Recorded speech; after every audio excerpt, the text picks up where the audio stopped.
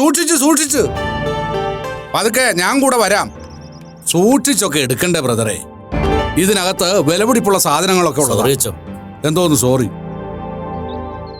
ആഹാ, അവിടെ നിൽക്കുവാന്നോ? വിലപിടിപ്പുള്ള സാധനങ്ങളൊക്കെ എടുക്കുമ്പോ കൂടെ വരണ്ടായോ? നോക്കി നിൽക്കാതെ ഇങ്ങോട്ട് വാ. ആ, ഇത് ചെറുതായോണ്ട് കുഴപ്പമില്ല, ഇങ്ങോട്ട് പോയി. ഇനി എന്തെങ്കിലും പ്രത്യേകിച്ച് സാധനങ്ങൾ വരാനുണ്ടോ? ഫാദർ, ഈ നിൽക്കുന്ന ഡ്രൈവർ പോകേണ്ട ആളാണോ ഇവിടെ താമസിക്കേണ്ട ആളാണോ? അത് പോകേണ്ട ആളാണ്. എന്നാ പിന്നെ ആദ്യം പണം കൊടുത്ത് ഇദ്ദേഹത്തിന് പിരിച്ചുവിട്. ആ, പിന്നെ ഇനി എന്തെങ്കിലും സാധനങ്ങൾ ഇറക്കാനുണ്ടോ എന്ന് പ്രത്യേകം നോക്കിയേക്കണം. ഇവരൊന്നും പോയാ പിന്നെ വിളിച്ചാ കിട്ടുകയില്ല. പറഞ്ഞേ.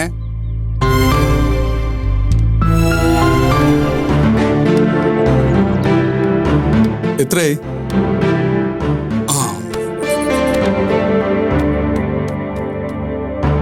ആ, എല്ലാം ഇറക്കി വെച്ചോ.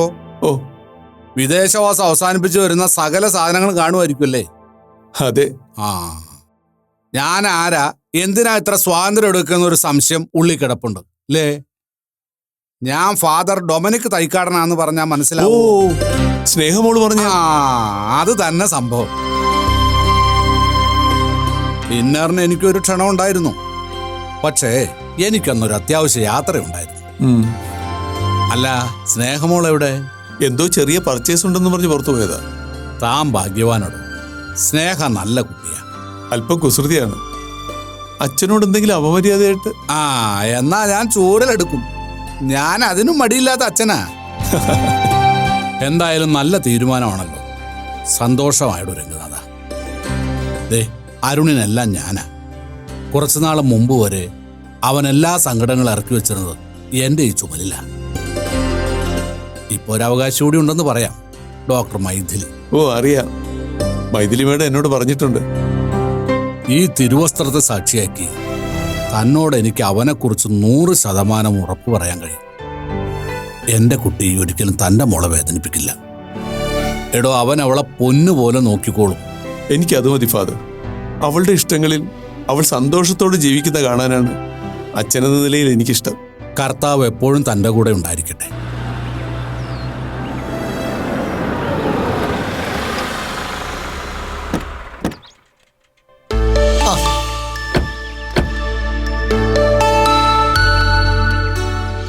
Good morning Sarang. Good morning. ഭയങ്കര അത്ഭുതമാണല്ലോ താൻ ഞങ്ങളെ കാത്തു നിൽക്കുന്നത്. ഹായ് നൂർജഹാൻ. ഹായ്. എനിക്കൊരു ഹാഫ് ആൻ അവർ അനുവദിച്ച് തന്നതാണ്. അതിനിടയ്ക്ക് യാത്രയും പറഞ്ഞ് മുങ്ങാൻ വേണ്ടി നിൽക്കുകയാണല്ലേ? അല്ലല്ല മൈഥിലി. ആ, ഭാഗ്യം, ശ്രീമതി ഇവിടെ തന്നെ ഉണ്ടല്ലോ. ഇവരെ തമ്മിലൊന്ന് പരിചയപ്പെടുത്തണമെന്ന് വിചാരിച്ചിട്ട് ഇതുവരെ നടന്നിട്ടില്ല. സുഖാണോ? നൂർജഹാൻ വേണമെങ്കിൽ കണ്ടുപിടിച്ചു. ഞാൻ ആദ്യം പരിചയപ്പെടുമ്പോ ഈ ഡോക്ടറുടെ മുഖത്ത് ഇതേ ചിരി ഉണ്ടായിരുന്നു. ഒരു തുള്ളി പോലും അളവ് കുറയാതെ ഇപ്പോഴും ആ മുഖത്ത് ആ ചിരിയുണ്ട്. പിന്നെ ഈ സ്ത്രീകളുടെ മുഖത്തുള്ള ചിരിക്ക് ഒരു പ്രത്യേകത ഉണ്ടെന്ന് അറിയാലോ, അല്ലേ സാരംഗ്? ഞാൻ അതിലത്ര എടുക്കണമെന്നല്ല, നീ തന്നെ പറയേ. ഒരു വീടിന്റെ അറ്റ്മോസ്ഫിയർ തിരിച്ചറിയാൻ ആ വീട്ടിലെ സ്ത്രീയുടെ മുഖത്തെ ചിരി ശ്രദ്ധിച്ചാൽ മതി. അതിലൊരു കളങ്കോ ഇല്ലെങ്കിൽ അതൊരു പെർഫെക്റ്റ് ഫാമിലി ആയിരിക്കും. പ്രശസ്ത ചിന്തകൻ ശരത്തിന്റെ കണ്ടുപിടുത്തം. വരൂ, നമുക്ക് അകത്തിരുന്ന് സംസാരിക്കാം. കുട്ടികൾ അവര് സ്കൂളിലാ. നൂർജഹാൻ, ഞാൻ കണ്ടിട്ടുള്ളതിൽ വെച്ച് വളരെ തിരക്കുള്ള രണ്ടുപേരാണ് സാരംഗും മൈഥിലിയും. ഡോക്ടർ മൈഥിലി, ഞാനൊരു ചെറിയ റിക്വസ്റ്റ് പറയാം. നിങ്ങൾ രണ്ടുപേരും കൂടി എനിക്കത് സാധിച്ചു തരണം. എന്ത് റിക്വസ്റ്റ്? അടിയനൊരു ചെറിയ മാഗസിൻ ഉള്ളത് അറിയാലോ. അതുകൊണ്ടാണ് പച്ചരി വാങ്ങുന്നതും ജീവിക്കുന്നതും. ഫീച്ചർ മാഗസിന്റെ മുഖചിത്രമായിട്ട് ഇന്ത്യയിൽ അങ്ങോളം ഇങ്ങോളമുള്ള കഴിവ് തെളിയിച്ച ഒരുപാട് ബിസിനസ്സുകാർ വന്നും കഴിഞ്ഞു. ഓരോ തവണ കമ്പോസ് ചെയ്യാൻ തുടങ്ങുമ്പോഴും ഞാൻ വിളിക്കുന്നത് ദാ ഈ ചങ്ങാതിയാണ്. വേറൊന്നിനുമല്ല, ഒരു ഫോട്ടോ. നിങ്ങൾക്ക് എവിടെയാണ് സൗകര്യം എന്ന് പറഞ്ഞു കഴിഞ്ഞാൽ ഞാൻ എൻ്റെ ഫോട്ടോഗ്രാഫറുമായിട്ട് അങ്ങോട്ട് വരാമെന്ന് പറയും. പക്ഷേ കൃത്യമായിട്ട് ഇദ്ദേഹം ഉഴപ്പുകയും ചെയ്യും. അതുകൊണ്ട് ഇന്ന് ഞാൻ കരുതിക്കുട്ടിയാണ് വന്നേക്കുന്നത്. അടുത്ത ലക്കം ഫീച്ചർ മാഗസിന്റെ മുഖചിത്രം നിങ്ങളായിരിക്കും. കുടുംബജീവിതത്തിന്റെ ഉത്തമ ഉദാഹരണങ്ങളായ the powerful business man Sarang, അയാളുടെ വിജയത്തിന് പിന്നിലെ ഡോക്ടർ മൈഥിലി. അതൊന്നും വേണ്ട ശരത്. സാരംഗിന്റെ കാര്യം ഓക്കെ. നിങ്ങളുടെ ബിസിനസ് മാഗസീനും ഞാനും തമ്മിൽ എന്താ ബന്ധം? അയ്യോ മൈഥിലി, ഇത് സിമ്പിളായിട്ട് കാണണ്ട കേട്ടോ. ചിലർ ഇതിനു വേണ്ടി റിക്വസ്റ്റ് ചെയ്യുന്നതും റെക്കമെൻഡ് ചെയ്യുന്നതും ഞാനും കേട്ടിട്ടുള്ളതാ. നീയും ഭാര്യയും കൂടി ഇത്രയും കഷ്ടപ്പെട്ട് ഇതിനു വേണ്ടി ഇറങ്ങി തിരിച്ചിട്ട് ഞങ്ങൾ എങ്ങനെയാ നോന്ന് പറയുന്നത്? അല്ലേ മൈഥിലി? എടോ, താനൊന്ന് ഓക്കെ പറ, അവരൊന്ന് സമാധാനമായിട്ടിരിക്കട്ടെ. ഒന്ന് ഓക്കെ പറ മാഡം. ഓക്കെ. നൂർ, നമ്മളിത് പൊളിക്കും. ഇതുവരെ നമ്മൾ പല ദമ്പതിമാരുടെയും മുഖചിത്രം പ്രിന്റ് ചെയ്തിട്ടുണ്ടല്ലോ. അവര് ചേർന്ന് നിൽക്കും, സന്തോഷത്തോടെ ചിരിക്കും. കാണുന്നവർക്കെല്ലാം അത് ഓക്കെ ആയിരിക്കും. പക്ഷേ അവരെ കുറിച്ച് പലതും പേഴ്സണലായിട്ട് അറിയാന്നുള്ള എനിക്ക് എന്നാ അങ്ങനെയല്ല. കംപ്ലീറ്റ് കള്ളമായിരിക്കും. 100% പെർഫെക്ഷനോടുകൂടി പരസ്പരം സ്നേഹിക്കാൻ മത്സരിക്കുന്ന രണ്ടുപേർ. ഞാൻ ഇന്ന് വരെ കണ്ടതിൽ വെച്ച് ഏറ്റവും നല്ല രീതിയിൽ കുടുംബം നടത്തുന്ന രണ്ടുപേർ. ആ രണ്ടുപേരുടെ പടമായിരിക്കും ഞാൻ ഇനി പ്രിന്റ് ചെയ്യുന്നത്. ഒരു മിനിറ്റ്. അഖില, അഖിലേ, ഞാൻ കറക്റ്റ് ലൊക്കേഷൻ ഇപ്പോൾ അയച്ചു തരാം. Okay.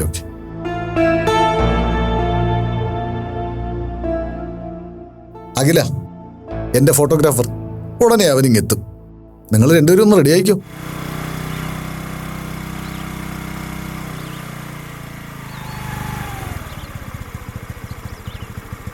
Good morning father. Good morning.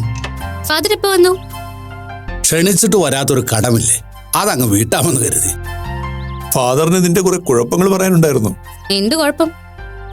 മുതിർന്നവരോട് ബഹുമാനമില്ല, ആരോട് എപ്പോ എന്ത് പറയണമെന്നറിയില്ല, ഫാദറിനെ കാണാൻ പോയാൽ അവിടുത്തെ രീതികൾക്കനുസരിച്ച് നിൽക്കില്ല എന്നൊക്കെ. ഫാദർ അങ്ങനെ പറഞ്ഞോ? ചുമ്മാ. അച്ഛന്റെ മനസ്സില് സ്നേഹയെക്കുറിച്ചുള്ള സങ്കല്പങ്ങളൊക്കെ ഓരോന്നായി പുറത്തേക്ക് വരിക. മിസ്റ്റർ രംഗനാഥൻ, ഞാനേ അല്പം കുരുത്തം കെട്ടവളാകുന്നത് താങ്കളുടെ മുന്നിൽ മാത്രം. പുറത്ത് കുഞ്ഞ് നല്ല ഡീസന്റാ. പിന്നെ ഫാദറെ, കാര്യങ്ങളൊക്കെ സംസാരിച്ചോ? എന്ത് കാര്യം? ഫാദർ എന്തിനാ വന്നേ? അച്ഛൻ ഞങ്ങളെ വിവാഹത്തിന് സമ്മതിച്ചതല്ലേ. ഇനി ഡേറ്റ് നോക്കണം, കല്യാണം നടത്തണം. ഇതൊക്കെ അരുണിന് വേണ്ടി ആരാ സംസാരിക്കണ്ടേ? എടിയടി, തിരക്ക് പിടിക്കാതെ. എന്റെ പൊന്നു ഫാദറെ, ഞാനിപ്പോ തിരിച്ചെത്തിയത് നന്നായി. അല്ലെങ്കിൽ ഞാൻ വരുമ്പോഴേക്ക് എവളാ ചെറുക്കൻ്റെ കൂടെ പൊയ്ക്കളഞ്ഞെന്നെ. ഏറ്റവും പ്രധാനപ്പെട്ട കാര്യം ഫാദർ എന്താ ചോദിക്കേണ്ടെന്നറിയോ? എനിക്ക് എത്രയാ സ്ത്രീധനം തരുന്നെന്നാ. സ്ത്രീധനോ? എന്തേ, അങ്ങനൊരു വാക്ക് കേട്ടിട്ടില്ലേ? അരുണിനെ ഞാൻ കണ്ടുപിടിച്ചെന്ന് കരുതി എനിക്കങ്ങനെ വെറുതെ ഇറങ്ങിപ്പോവാനൊന്നും പറ്റില്ല. അതിനൊക്കെ ഒരു കൃത്യമായിട്ടുള്ള കണക്ക് വേണം. എങ്ങനെയുണ്ട് സ്നേഹ? ഒറ്റ കുഞ്ഞായി പോയതിൽ രംഗനാഥന് വിഷമം വല്ലതുണ്ടോ? പിന്നെ ഇതുപോലുള്ളത് അധികമൊന്നും ആവശ്യമില്ലെന്നേ. Thank you father. ഓ, അച്ഛാ, ഫാദറിന് കുടിക്കാൻ എന്തെങ്കിലും കൊടുത്തോ? എവിടെ? ഞാൻ ചായയിടാന്ന് പറഞ്ഞിട്ട് ഫാദർ സമ്മതിക്കണ്ടേ? എനിക്ക് ചായ ഞാനിടാം. ഇല്ല കുഞ്ഞെ, എനിക്ക് പോകേണ്ട ഒരു കാര്യം ഉണ്ടായിരുന്നു. മോന്റെ ബന്ധു വീട്ടിൽ ആദ്യമായിട്ട് വന്നല്ലേ, ഒരു ചായക്ക് കുടിച്ച് കുറച്ചു നേരം ഇരുന്നിട്ട് പോയാൽ മതി. അത്ര നേരമുള്ള കാര്യങ്ങളൊക്കെ കർത്താവ് സ്വയം അഡ്ജസ്റ്റ് ചെയ്യും. കണ്ടില്ലേ ഫാദർ, ഇതാണ് രീതി. എടോ, പെമ്പിള്ളേർ അങ്ങനെ ആവട്ടെടോ. അവര് മുഖമുയർത്തി ലോകത്തെ നോക്കട്ടെ, മാറ്റങ്ങൾ ഉണ്ടാവട്ടെ. നമ്മൾ കുറെ കാരണവന്മാര് പണ്ട് അങ്ങനെയായിരുന്നു ഇങ്ങനെയായിരുന്നു എന്നൊക്കെ പറഞ്ഞ് അവരെ പേടിപ്പിക്കാണ്ടിരിക്കുന്നുണ്ടാ. അവർക്ക് കാര്യങ്ങളൊക്കെ വ്യക്തമായിട്ട് അറിയാടോ. അത് ഓക്കെ അല്ലേ? ഓക്കെയാണ്. സാരംഗ, താൻ ഡോക്ടറെ ചേർത്ത് പിടിക്കടോ. തനിക്കെന്താ നാണോ ആവുന്നു? ഞങ്ങൾ ഇതുവരെ ക്യാമറയ്ക്ക് മുമ്പിൽ അഭിനയിച്ചിട്ടില്ല, അതുകൊണ്ടാവും. അല്ലേ മൈഥിലി?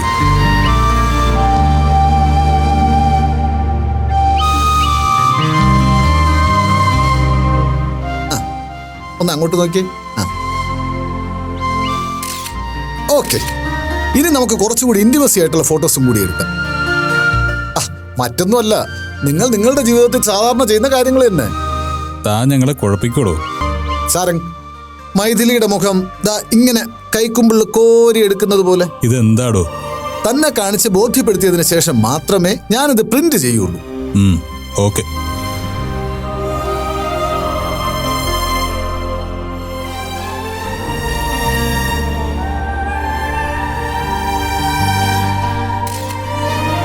Well done. സത്യം പറയാലോ, ഞാൻ ഇന്ന് വരെ ഇത്രയും സന്തോഷത്തോടു കൂടി തൃപ്തിയായിട്ട് ഒരു ഫോട്ടോഷൂട്ട് പോലും ചെയ്തിട്ടില്ല. ബിക്കോസ് ഇതൊരു ബിസിനസ്മാന്റെ വിജയഗാഥ മാത്രമല്ല, ഒരു പെർഫെക്റ്റ് ഫാമിലിയുടെ അടയാളപ്പെടുത്തൽ കൂടിയാണ്. You are not a husband and wife, you are still lovers. അല്ലേ നൂർജു? എനിക്കും അങ്ങനെ തോന്നി. ഒരു കുഞ്ഞസൂയ. Maithili, you are lucky.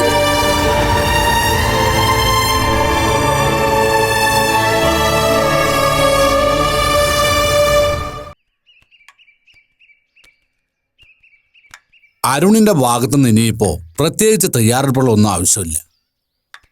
Ranganathan സൗകര്യം പോലെ ഒരു നല്ല തീയതി എടുക്കുന്നതാ ഉത്തമം. ആയിക്കോട്ടെ ഫാദർ.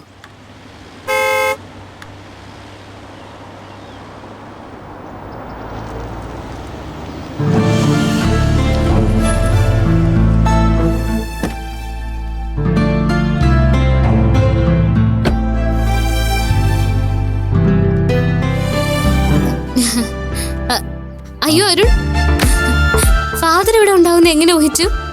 കൃത്യസമയത്ത് വന്നു കയറിയല്ലോ. അത് പോയ സ്ഥലത്ത് നിന്ന് തിരിച്ചു വന്നപ്പോഴേ ഫാദർ ഇവിടെ ഉണ്ടാവുന്ന ഒരു ഊഹം തോന്നി. അപ്പൊ പിന്നെ ഒന്ന് നോക്കാന്ന് കരുതി. ഏതായാലും തെറ്റിയില്ല. ഓ, എന്തായാലും ഇതൊരു അത്ഭുതമായി.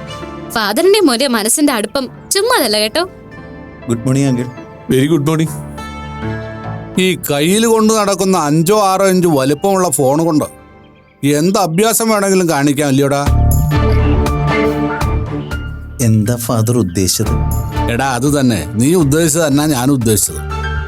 മോനെ, ഞാനും രംഗനാഥനും അകത്തിരുന്ന് സംസാരിക്കുമ്പോൾ ഒരുത്തി ചായ ഇടാനെന്ന വ്യാജേന അകത്തുപോയി.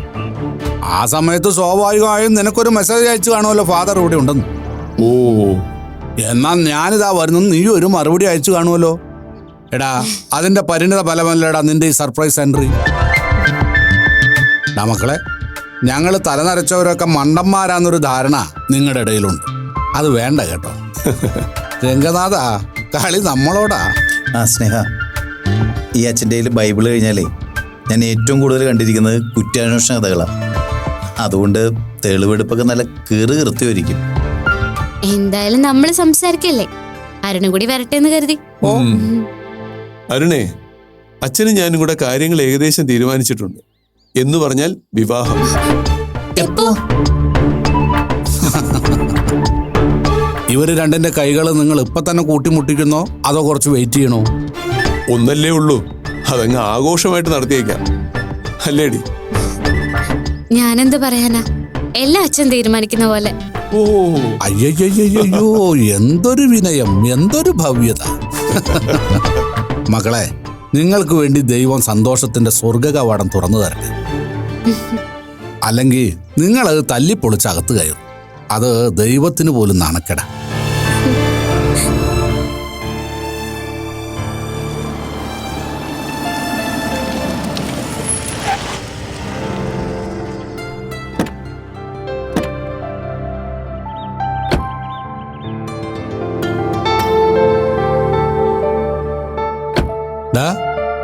നിനക്കെന്താണ് ഒരു എരിപിരി സഞ്ചാരം? ഫാദർ ഇപ്പൊ എന്തിനാ അങ്ങോട്ട് പോയത്? അത് കൊള്ളാലോ. അങ്ങോട്ട് പോകുന്ന എന്തിനാ? അവളോട് അച്ഛനെ പരിചയപ്പെടാൻ. അതൊക്കെ വിളിച്ചിട്ട് പോയാ പോരെ? ഇത് ചുമ്മാ ചെന്നങ്ങ് ഇടിച്ചങ്ങ് കയറും, എന്നിട്ട് വളവളാന്ന് സംസാരിക്കും. അദ്ദേഹം എന്താ വിചാരിക്കുക? അദ്ദേഹോ? ഏത് അദ്ദേഹം? സ്നേഹയുടെ അച്ഛൻ. എനിക്ക് ആകെയുള്ള ഒരു ബന്ധു ഫാദറല്ലേ. അപ്പോ അവര് കൃത്യമായിട്ട് ക്ഷണിച്ച് അതിനുശേഷം ചെല്ലുന്നതല്ലേ ഒരു മര്യാദ. അല്ലാതെ ഞാൻ അവിടെ പോയതുകൊണ്ട് കുഴപ്പം വല്ലതും ഉണ്ടായോ? അല്ല, നീ എന്റെ പിന്നാലെ അവിടെ വന്ന് കൃത്യമായിട്ട് കയറിയല്ലോ. അതെന്തിനായിരുന്നു? പറയടാ. ഞാൻ വെറുതെ ജസ്റ്റ് ഒന്ന് പോയെന്നല്ലേ ഉള്ളൂ, അല്ലാതെ സ്ഥിരമായിട്ട് നിൽക്കാനൊന്നും അല്ലല്ലോ. എന്താ സ്ഥിരമായിട്ട് നിന്നാല്? അയ്യേ, ഈ പെണ്ണുവീട്ടുകാരുടെ മുമ്പിൽ അങ്ങനെയൊന്നും താഴാൻ പറ്റില്ല. കുറച്ച് ഗൗരവമൊക്കെ വേണ്ടേ? അല്ലാതെ എനിക്കെന്തറിയാം. ഒന്ന് അറിഞ്ഞൂടെ മിണ്ടാതിരിയടാ. എന്നാലും നീ ഭാഗ്യവാനാ. എടാ, എന്തൊരു തങ്കപ്പെട്ട മനുഷ്യനാടാ അത്. നിനക്കെന്തിനാടാ നീ 600 ബന്ധുക്കള്? രംഗനാഥൻ ഒരൊറ്റ ആള് മതി. എന്നെ കുറിച്ച് അദ്ദേഹത്തിന് നല്ല മതിപ്പാണോ? ഓ, ഞാനതൊന്നും ചോദിച്ചില്ല. ഈ ചോദിച്ചാ തന്നെ കൊള്ളാം, കുഴപ്പമില്ലാന്ന് കഷ്ടിച്ചങ്ങ് പറഞ്ഞൊപ്പിക്കും. പിന്നെ ചോദിച്ചിട്ട് എന്തിനാ? കുഴപ്പമില്ലാന്നോ? അതെ, അത്യാവശ്യത്തിന് വേണ്ട യോഗ്യതകളൊക്കെ എനിക്കുണ്ട്. പിന്നെ തന്തയും തള്ളിയില്ല. അതിപ്പോ ഞാനായിട്ട് ചെയ്ത കുഴപ്പമില്ലല്ലോ. ഓ, നിന്റെ മുടിഞ്ഞൊരു സെന്റിമെന്റ്സ്. എടാ, നിന്നെ രംഗനാഥൻ ഒരുപാട് ഇഷ്ടമാടാ. ശരിക്കും? പിന്നെ ഇഷ്ടമാവാതിരിക്കോ? എടാ, ഫാദർ ഡൊമിനിക് തൈക്കാടൻ വളർത്തിയൊരു കുഞ്ഞെന്ന് പറഞ്ഞ ഈ ലോകത്ത് നീ എവിടെ ചെന്നാലും അതിനൊരു കസാര നിനക്കുണ്ടാവൂടാ. അതല്ലേ എൻ്റെ ഒരു മഹത്വം. ഓ, അപ്പൊ ഫാദറിന്റെ മഹത്വമാണ്, എനിക്ക് ക്വാളിറ്റി ഒന്നുമില്ല. ഓ, ഇനിയിപ്പൊ അതിന് തർക്കമൊന്നും വേണ്ട. പാതി മഹത്വം നീ അങ്ങെടുത്തോ, മതിയല്ലോ. അപ്പൊ പിന്നെ എന്താ തീരുമാനം? മനസ്സിലായില്ല. അയ്യോ, ഒന്നും അറിയാത്തൊരു കുഞ്ഞല്ലേ, ഞാനതങ്ങ് വിശ്വസിച്ചു. എടാ, കല്യാണ കാര്യമാണ് ഞാൻ ചോദിച്ചത്. അരുണേ, സത്യത്തിൽ എനിക്കൊരു ആഗ്രഹം ഉണ്ടായിരുന്നു. നീ സ്വന്തമായിട്ടൊരു വീട് വെക്കുകയും അതിലേക്ക് മാറി താമസിച്ചിട്ട് വിവാഹം മതിയെന്നൊക്കെ ആയിരുന്നു. പക്ഷേ ഇനിയിപ്പോൾ അതിനൊക്കെ സമയമെടുക്കില്ലേ? പിന്നെ നിങ്ങളുടെ രണ്ടുപേരുടെയും കാര്യമായതുകൊണ്ട് ഇത് എത്രത്തോളം മുന്നോട്ട് പോകുന്നു എനിക്ക് യാതൊരു ധൈര്യമില്ല. പിന്നെ എൻ്റെ ഒരു കണക്കുകൂട്ടലിൽ രംഗനാഥൻ പറയാൻ ഉദ്ദേശിക്കുന്ന ഒരു കാര്യം, നീ അവിടെ അവരുടെ കൂടെ താമസിക്കണമെന്നായിരിക്കും. എനിക്ക് പറ്റില്ല ഭാര്യ വീട്ടിൽ പോയി താമസിക്കാൻ. എടാ സാമദ്രോഹി, ഭാര്യ വീട്ടുകാർ മനുഷ്യരല്ലോടാ. ഓ പിന്നെ. എടാ, സ്നേഹം നിന്റെ കൂടെ പോന്നാ പിന്നെ ആ മനുഷ്യൻ ആരുടെ ഉള്ളത്? ഒരൊറ്റപ്പെട്ട തുരുത്തിൽ ജീവിക്കുന്ന പോലെ ആ മനുഷ്യൻ ജീവിക്കണ്ടേ? അതിനേക്കാൾ നല്ലത് നീ അവിടെ പോയി താമസിക്കുന്നതാ. എടാ, ഉള്ള കാലത്തോളം മോളെയും മരുമോനൊക്കെ കണ്ട് അദ്ദേഹം സന്തോഷമായിട്ട് ജീവിച്ചോട്രാ. മനസ്സിലായി. അപ്പൊ ഈ വിഷയം ഫാദർ എന്നെ അവിടെ പോയി അവതരിപ്പിച്ചു, എന്നെ നാണം കെടുത്തി. നീ പോടാ അവിടെ നിന്ന്. ഞാനൊന്നും പറഞ്ഞിട്ടൊന്നുമല്ല. ഇങ്ങനെയൊക്കെ സംഭവിക്കാൻ സാധ്യതയുണ്ടെന്ന് എനിക്കൊരു ഉൾവിളി ഉണ്ടായതാ. ഇനിയിപ്പോ അവര് പറയുമ്പോ ആലോചിക്കാം. അപ്പോ നമുക്കിനി കാര്യങ്ങളൊക്കെ ഉറപ്പിച്ചേക്കാം. അരുണേ, നിന്നെ കെട്ടിക്കാനുള്ള സമയമൊക്കെ ആയി.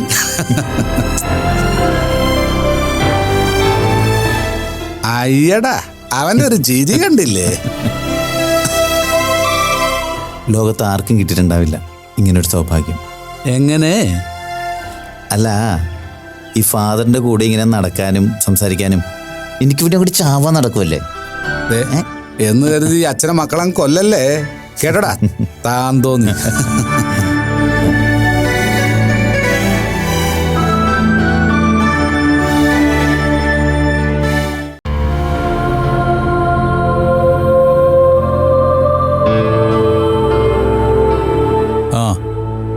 ശരി, ഞാൻ സൈഡിലേക്ക് വരാം.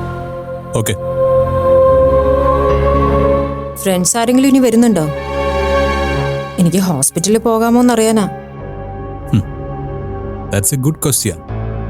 Anyway thanks. ശരത്തും നൂർജഹാനും വളരെ സന്തോഷത്തോടെയാണ് മടങ്ങിയത്. താനത് നന്നായിട്ട് മാനേജ് ചെയ്തു.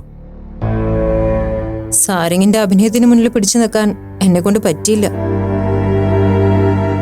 സാരംഗിന് നന്നായിട്ട് അറിയാലോ സിറ്റുവേഷൻസ് എങ്ങനെ ഹാൻഡിൽ ചെയ്യണ്ടെന്ന്. പക്ഷേ എൻ്റെ അഭിപ്രായം മറിച്ചാണ്. മറ്റുള്ളവരുടെ മുമ്പിൽ എന്നേക്കാൾ നന്നായിട്ട് താൻ അഭിനയിക്കുന്നു. ചിലപ്പോൾ മറ്റുള്ളവരില്ലെങ്കിൽ പോലും. എന്താ ഉദ്ദേശം? അതൊന്ന് വ്യക്തമായിട്ട് പറഞ്ഞു തരാമോ? സോറി. നല്ലൊരു താങ്ക്സ് പറഞ്ഞ് അവസാനിപ്പിക്കേണ്ട മാറ്ററാ. വെറുതെ സംസാരിച്ച് കൊളവാക്കണ്ട. ശരത്തും നൂർജഹാനും ഇനി എപ്പോഴെങ്കിലും ഒന്ന് വന്നാലായി. പക്ഷെ അവരുടെ മനസ്സിൽ അവരിതുവരെ കണ്ട ഏറ്റവും നല്ല പെർഫെക്റ്റ് ഫാമിലി. ആ തോന്നൽ അവിടെ ഇരുന്നോളൂ. ഗുഡ്. മണ്ണിൽ ഒരുപാട് കെട്ടിടങ്ങൾ പണിതു കൊടുക്കുന്ന ആളല്ലേ. ചിലരുടെ മനസ്സിലും കിടക്കട്ടെ ആകാശക്കോട്ടകൾ, അല്ലേ? വളരെ സീരിയസ് ആയിട്ട് ഞാനൊരു കാര്യം പറയാം. പറ്റുമെങ്കിൽ ഇതുപോലുള്ള സിറ്റുവേഷൻസ് മേലിലെങ്കിലും ഒഴിവാക്കുക. എനിക്ക് എപ്പോഴും ഇങ്ങനെ പറ്റിയെന്ന് വരില്ല.